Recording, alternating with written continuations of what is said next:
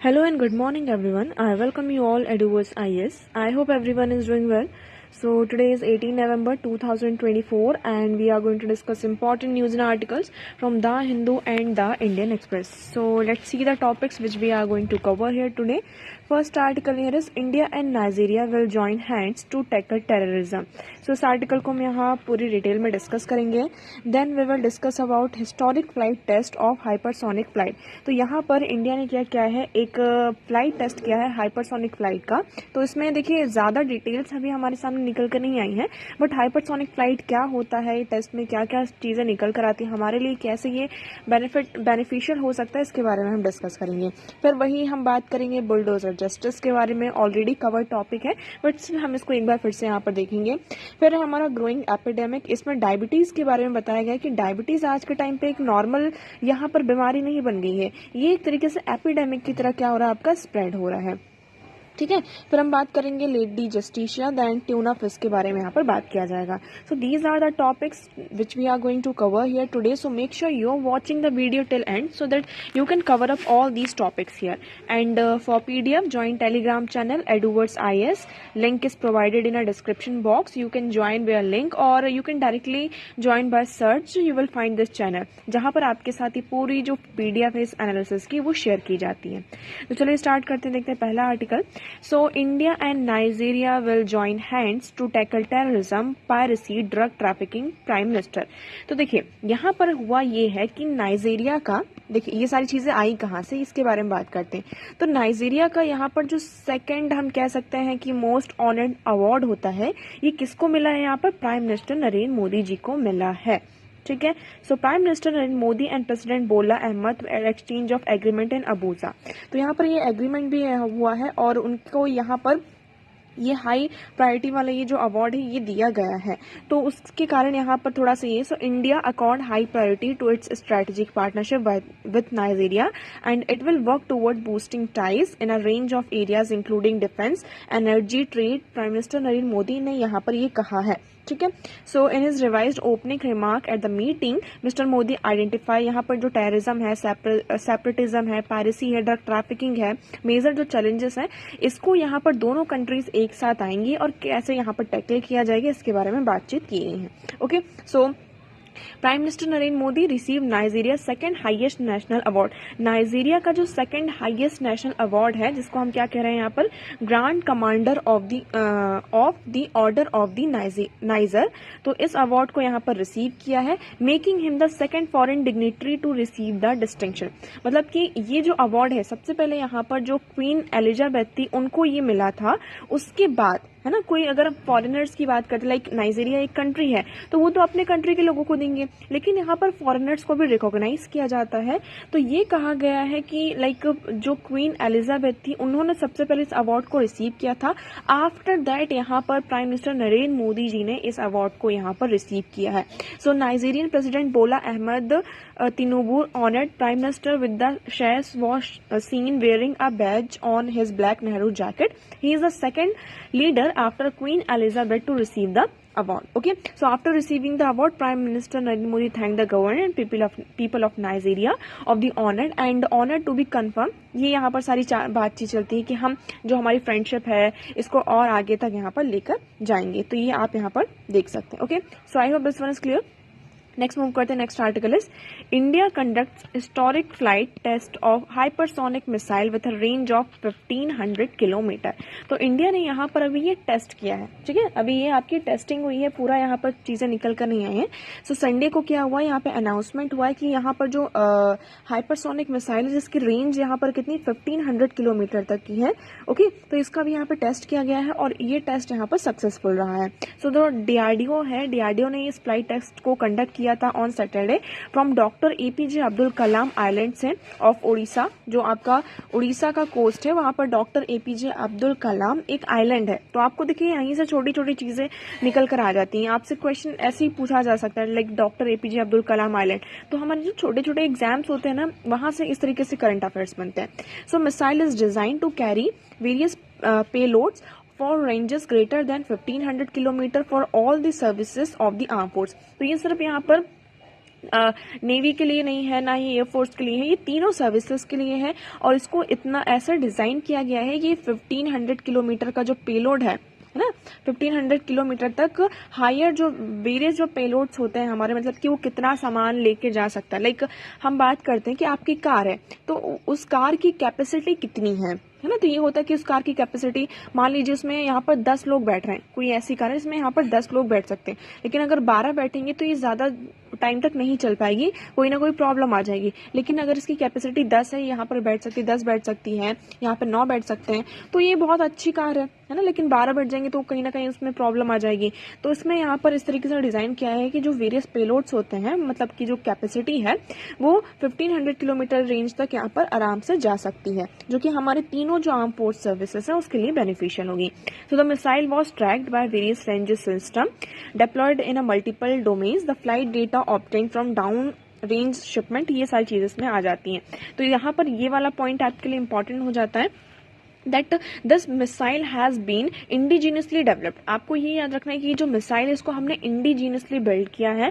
hypersonic weapons are maneuverable and can fly at a speed of at least Mach 5 times of the speed of sound। तो जो speed of sound होता है ना, sound की जो speed होती है उसका 5 टाइम्स कर देंगे तो आप इसकी जो स्पीड है वो इतनी ज्यादा है। ओके, सो यहाँ पर आपको यहाँ क्लियर होगा। तो हाइपरसोनिक मिसाइल क्या होता है, एक वेपन सिस्टम है that flies at the speed of March 5, that is 5 times the speed of sound and in manual. तो मार्च 5 का मीनिंग यहाँ पर क्या होता है, मार्च 5 का यहाँ पर मीनिंग ये होता है कि जो साउंड की स्पीड है आप उसको 5 टाइम कर दें तो उससे ज्यादा इसकी क्या होती है, यहाँ पर स्पीड होती है। Okay, so the manoeuvrability of the hypersonic missile is what set it apart from the ballistic missile as the latter follows a set course of ballistic trajectory. Next move करते, देखिए नेक्स्ट आर्टिकल यहाँ पर हम बात करते हैं two cheers for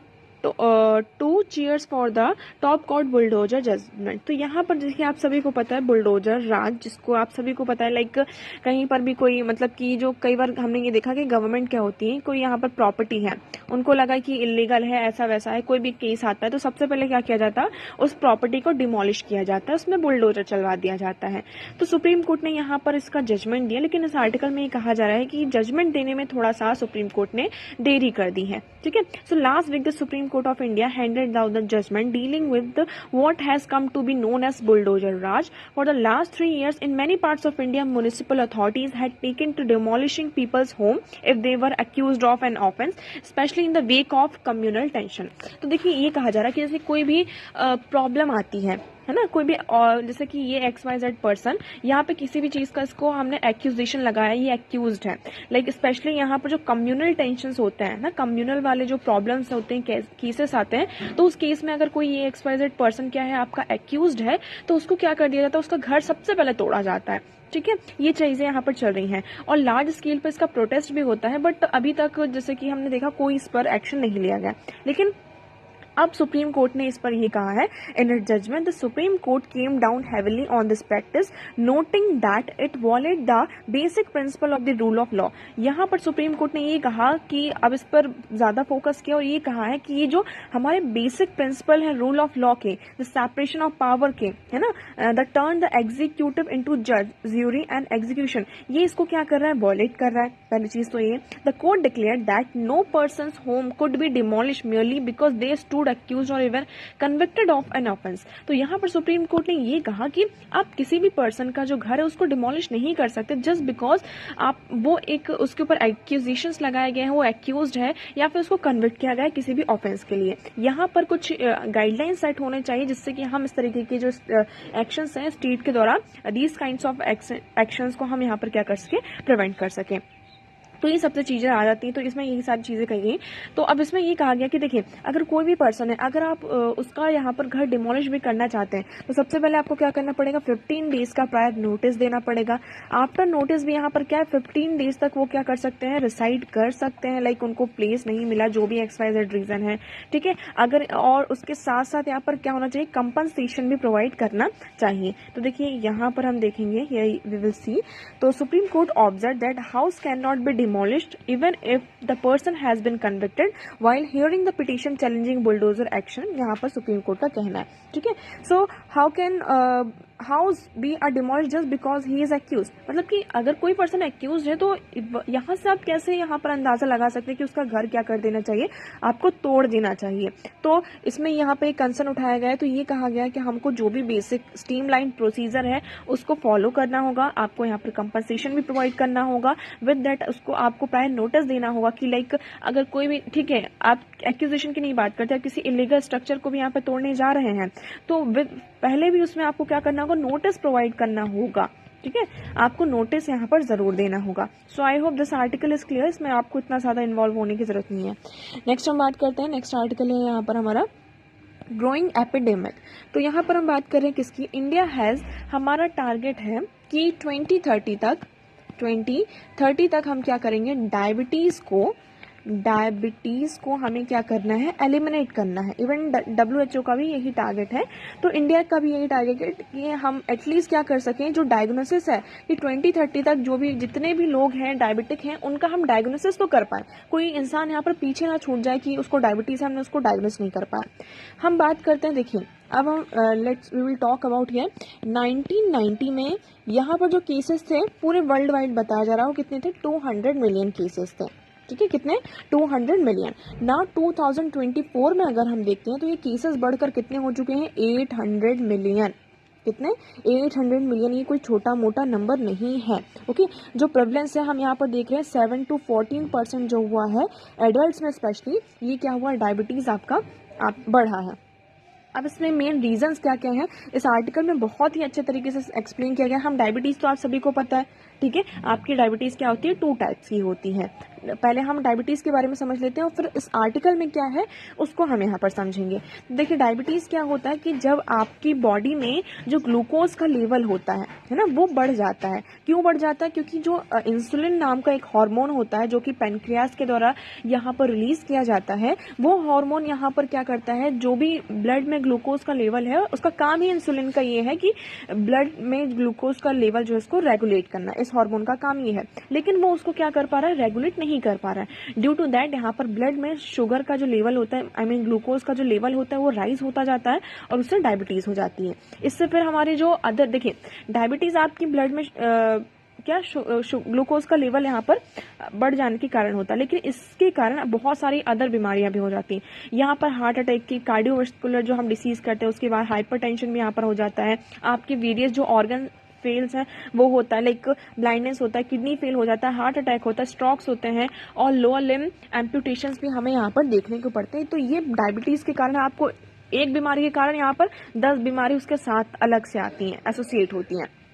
2 types की आपकी डायबिटीज होती हैं, जिस एक को हम जुवेनाइल डायबिटीज भी कहते हैं। So it is a condition in which your immune system destroy the insulin making cells in your pancreas, this is called beta cells. तो इसमें क्या होता है कि जो हमारे इंसुलिन मेकिंग सेल्स होती हैं पेनक्रियास में, तो हमारा इम्यून सिस्टम इस तरीके से होता है, लाइक वो सेल्स इंसुलिन यहाँ पे प्रोड्यूस ही नहीं हो पाता। इसको हम टाइप 1 डायबिटीज में कहते हैं, जिसमें कि हमारी बॉडी में क्या होता है, बहुत ही कम इंसुलिन प्रोड्यूस होता है या फिर इंसुलिन प्रोड्यूस ही नहीं होता है, ठीक है। सो इसमें क्या होता है कि जो इंसुलिन को मेंटेन करने के लिए हमें डेली शुगर का जो लेवल होता है उसको कंट्रोल करना पड़ता है, हमें शुगर कंट्रोल जो इनटेक है उसको भी यहाँ पे कंट्रोल करना पड़ता है। तो इसको हम जुवेनाइल डायबिटीज भी कहते हैं। सेकंड, यहाँ पर जो टाइप 2 डायबिटीज है, यहाँ पर क्यों होता है कि हमारी बॉडी में क्या हो रहा है, जो इंसुलिन तो प्रोड्यूस हो रहा है अच्छी तरीके से, लेकिन उस इंसुलिन का इनइफेक्टिव यूज हो रहा है। लाइक जिस तरीके से इंसुलिन का यूज होना चाहिए उस तरीके से यूज नहीं हो पा रहा है।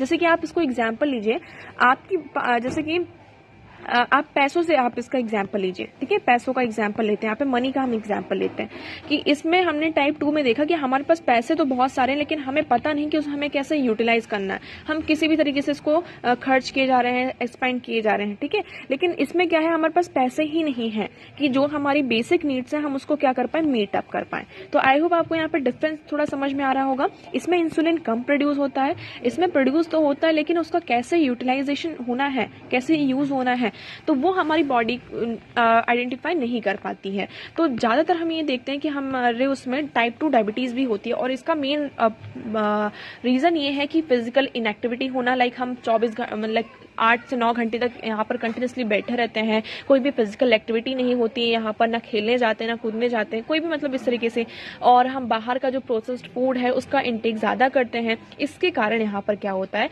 एक्सेस बॉडी वेट हो जाता है, और ये किससे डील करता है, टाइप 2 डायबिटीज से यहाँ पर डील करता है। आई होप इतना क्लियर है। अब इस आर्टिकल में यहाँ पर डिस्कस करते हैं। इस आर्टिकल में 2 पॉइंट्स बहुत ही अच्छी तरीके से कहे गए कि इंडिया की बात करते हैं। देखिए हमने देखा कि 1990 में 200 मिलियन केसेस थे, 2022 में 800 मिलियन केसेस यहाँ पर बन चुके हैं। अब इंडिया की बात करते हैं, इंडिया में अकेले 201 मिलियन केसेस हैं, और चाइना की बात करते हैं तो चाइना में सिर्फ 114 मिलियन, मतलब हमने चाइना को भी क्या कर दिया, सरपास कर दिया है। स्पेशली हम यहाँ पर देख रहे हैं कि इंडिया में यंगर पॉपुलेशन को ज़्यादा ये प्रॉब्लम आज के टाइम पे फेस करनी पड़ रही। क्यों? क्योंकि वो फिजिकली इनएक्टिव हैं, वो बाहर का जो खाना होता है, प्रोसेस फूड होते हैं, उसका कंजप्शन ज़्यादा करते हैं, जिसके कारण उनकी बॉडी में ये प्रॉब्लम हमें देखने को मिल रही है। So one reason for the steep increase in the number of those with diabetes was the methodology use for pooling and analysing data. ठीक है, ये आपका पहले हो गया, तो ये सबसे पहली चीज यहाँ पर आ जाती है। दूसरा यहाँ पर प्रेवलेंस यहाँ पर हमें लास्ट 3 डिकेड से और ज्यादा यहाँ पर देखने को मिल रहा है, like unhealthy food, particularly high calories food होते हैं जो कि रिच इन कार्बोहाइड्रेट्स हैं, सैचुरेटेड फैट्स यहाँ पर देख रहे हैं, सेडेंट्री लाइफस्टाइल जो है, रोल ऑफ टैबैको में यहाँ पर क्या होता है, आप जो आज के टाइम पे क्या होता है, जो स्मोकिंग है ना, स्मोकिंग सिगरेट, ये बहुत ही इसके जो केसेस हैं आप देख रहे हैं कि नॉर्मल ही हर कोई यहाँ पर स्मोकिंग कर रहा है, सिगरेट का कंजप्शन कर रहा है।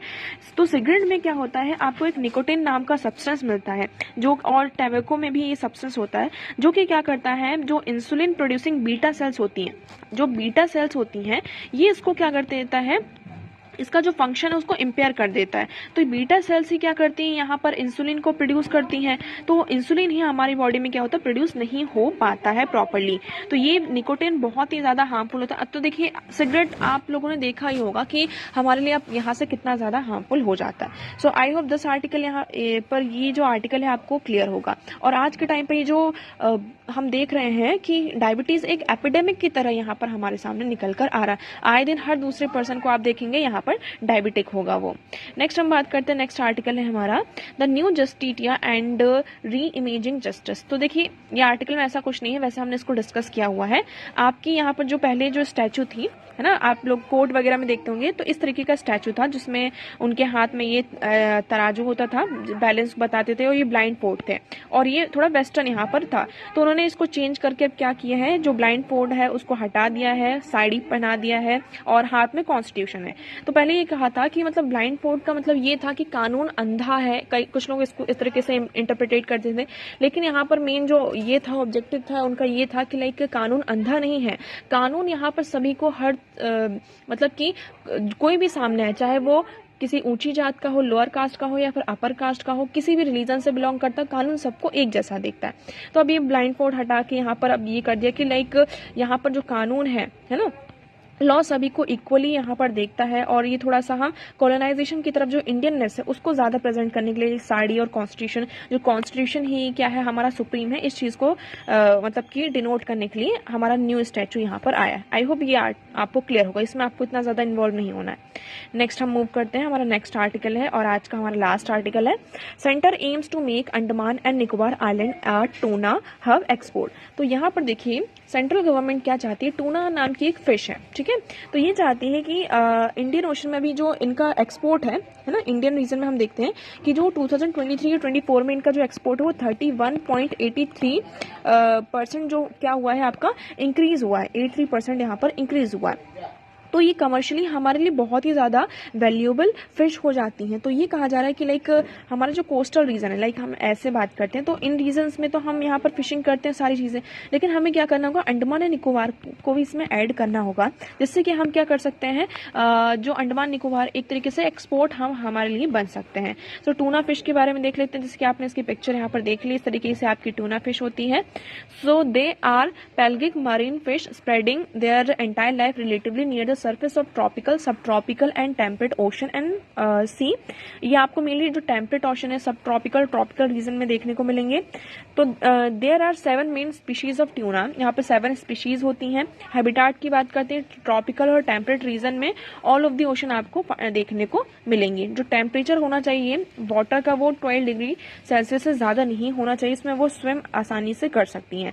तो इनको ये कहा जाता है, जो हमारा प्रधानमंत्री मत्स्य संपदा योजना है, इसके अंदर इसको हमें लाने की कोशिश करनी होगी, जिससे कि हम क्या कर पाए, जो फिशर्स हैं, फिशरमैन हैं, उनकी इनकम यहाँ पर क्या हो सकती है, डबल हो सकती है। तो ये जो प्रधानमंत्री मत्स्य संपदा योजना है, ये 2020 में इसको लॉन्च किया गया था।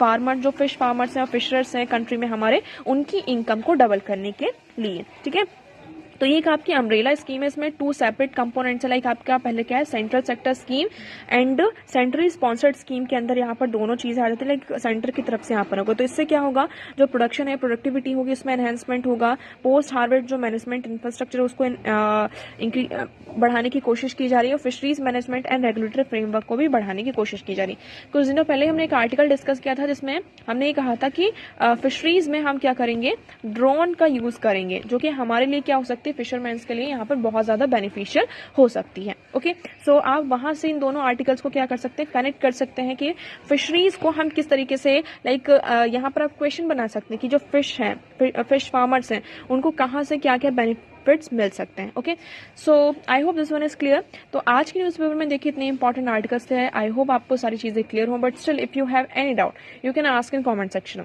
आज का वीडियो कैसा लगा एक बार कमेंट सेक्शन में जरूर बताइएगा। अगर वीडियो पसंद आया हो तो उसे लाइक करना, चैनल को सब्सक्राइब एंड शेयर करना ना भूलें।